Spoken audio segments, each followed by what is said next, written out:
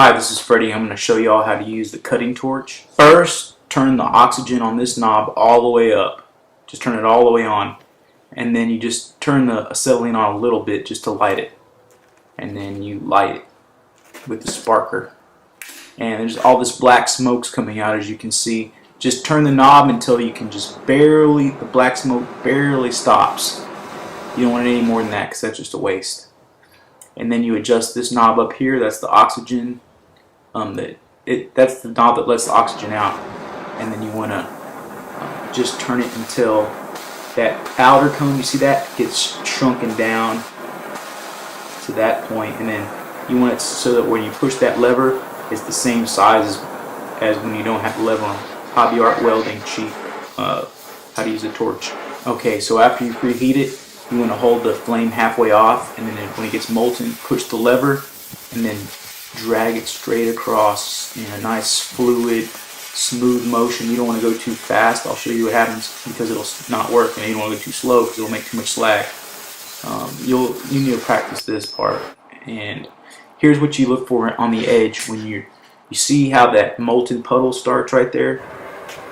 You want to do it like right before that, or right when it's first happens. You can't see it here, but I'm waiting till I see a little tiny speck of molten, then I push the oxygen and then just drag it straight across. I can't really tell you the speed to go. You can have to practice, but you'll get it after a little while. It's not really that hard.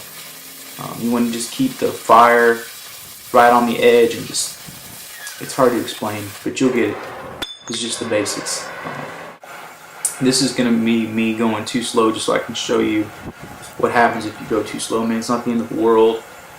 It just makes a lot of slag, but if you go too fast, it just won't cut. If you go too slow, it leaves a bunch of goop coming out the bottom, which you don't want, but, you know, like I said, it's really not that bad. So it just takes practice to get it where there's not all this gunk hanging off.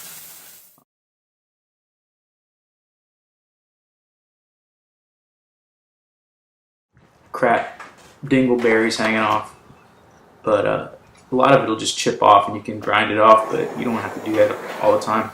Here I'm going to show you what happens when you go too fast in a spot. So you hang it off halfway off the edge, you wait till you see a little bit of moltenness, or maybe before. Once you get the hang of it, you'll know when the right time to do it.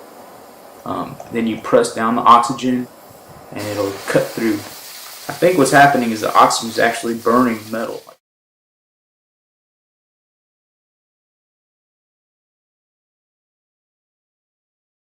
Either way, that's when it's ready to cut.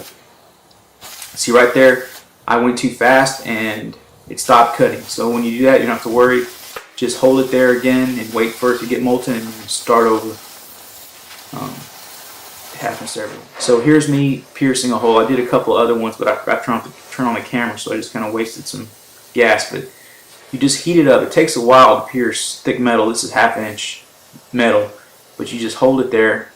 And then you wait till you see that little bit of liquid, and then you push down the oxygen. You can push it down a little bit before that, once you know what to look for. But if you push it down too soon, it'll spray a bunch of metal all over your face. And you don't want that. If you wait until it's molten, it'll just all go through, and none of it'll shoot up at you.